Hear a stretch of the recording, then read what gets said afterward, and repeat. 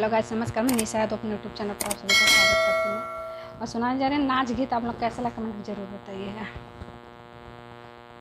पानी घाट पे गगरिया हमारी फूटी गई, पानी घाट पे गगरिया हमारी फूटी गई, पानी घाट पे गगरिया हमारी फूटी गई, पानी घाट पे गगरिया फूटी गई, हाँ हाँ फूटी गई, पानी घाट पे गगरिया हमारी फूटी गई, पानी घाट पे गगरिया हमारी।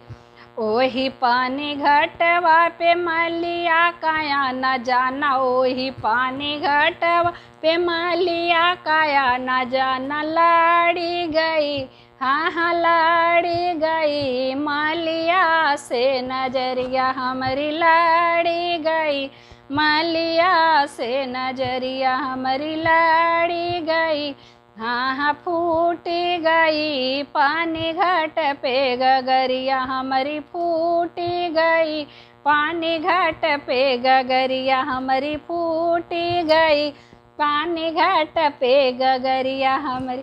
ओही पानी घाटवा पे महारा काया न जाना, ओही पानी घाटवा पे महारा काया न जाना, लाड़ी गई, हाँ हाँ लाड़ी गई, महारा संग नजरिया हमारी लाड़ी गई, महारा संग नजरिया हमारी फूटी गई, पानी घाट पे गगरिया हमारी फूटी गई, पानी घाट पे गगरिया हमारी फूटी गई, पानी घाट पे गगरिया हम।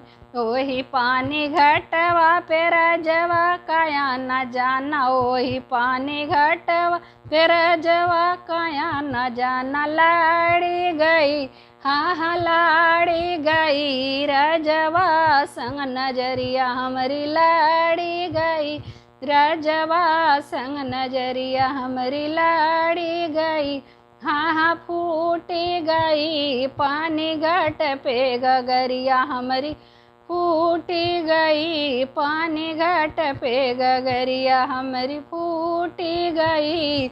ओही पानी घाटवा पे ड्राइवर काया न जाना, लाड़ी गई, हाँ हाँ लाड़ी गई, ड्राइवर संग नजरिया हमारी लाड़ी गई, हाँ हाँ फूटी गई, हाँ हाँ फूटी गई, पानी घाट पे गगरिया हमारी फूटी गई, पानी घाट पे गगरिया हमारी फूटी गई।